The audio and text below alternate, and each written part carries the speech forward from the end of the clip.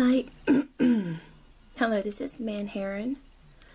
I wanted to show you guys this tonight because I thought it was extremely important to my students, and so I just wanted to do a video to kind of get them started on light and shadow.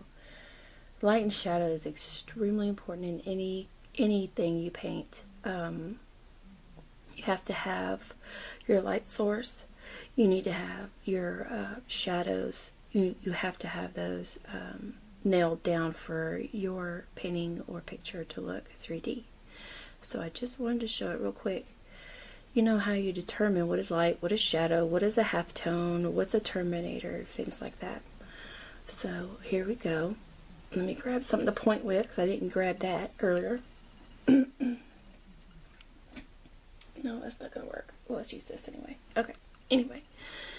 So I grabbed a ball to use. I hope you guys can see this okay. But what happens when light hits an object? It illuminates the object. So basically whenever we paint, we're not painting that object in itself. We're painting what the light has shown us about the object. We're only painting with the light, how the light reacts to the object.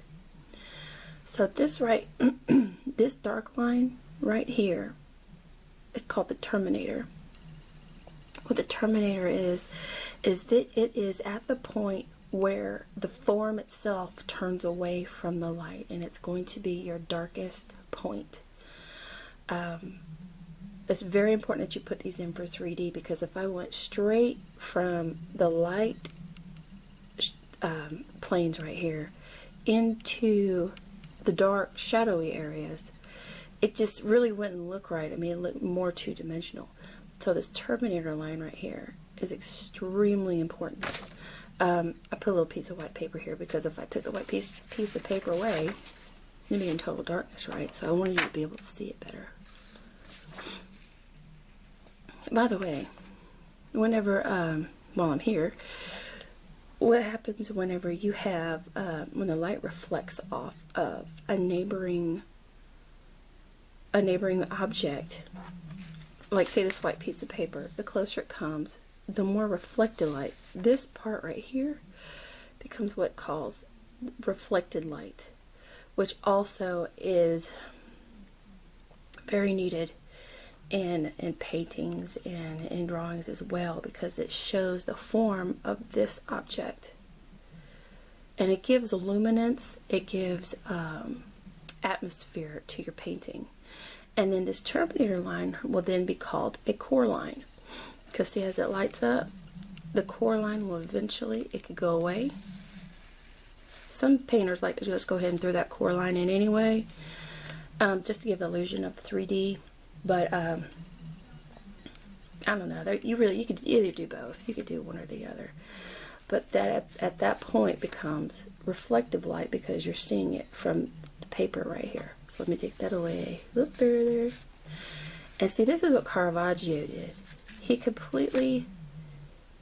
almost completely negated the shadow part and would paint everything the terminator color. So you would get strong light references, and then you get strong shadows. I really liked that work.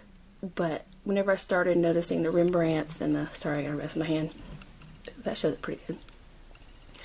When I started noticing like the Rembrandts and who else?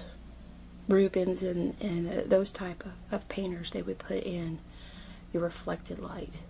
And anything, still life, landscape, portraits, pets, anything, you know, it just really brings out the 3D part of it.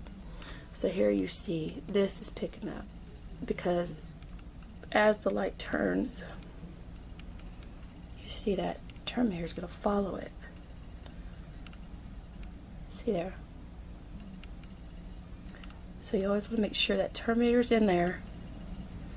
Oh, and by the way, let me put that so you can see it.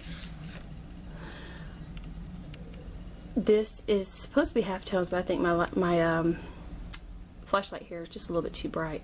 But this right here, this area is where you're going to put your halftones, and then you're going to have your brighter area. You've got your core shadow right here or had I not had this white piece of paper next to it, it would then become just shadow. Now we got a reflected light from the piece of paper. This shadow here that you see in all this dark place, that's called a cast shadow.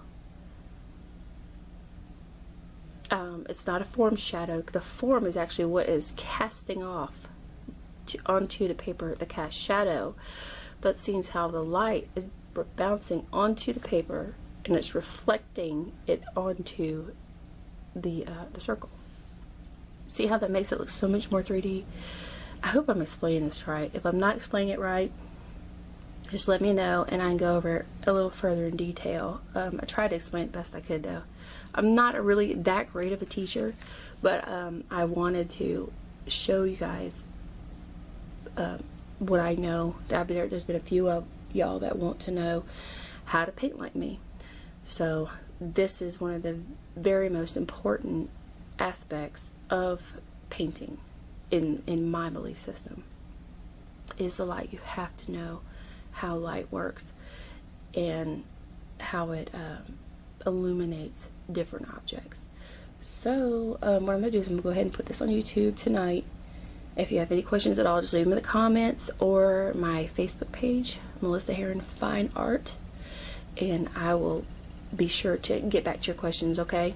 Thanks guys. Night.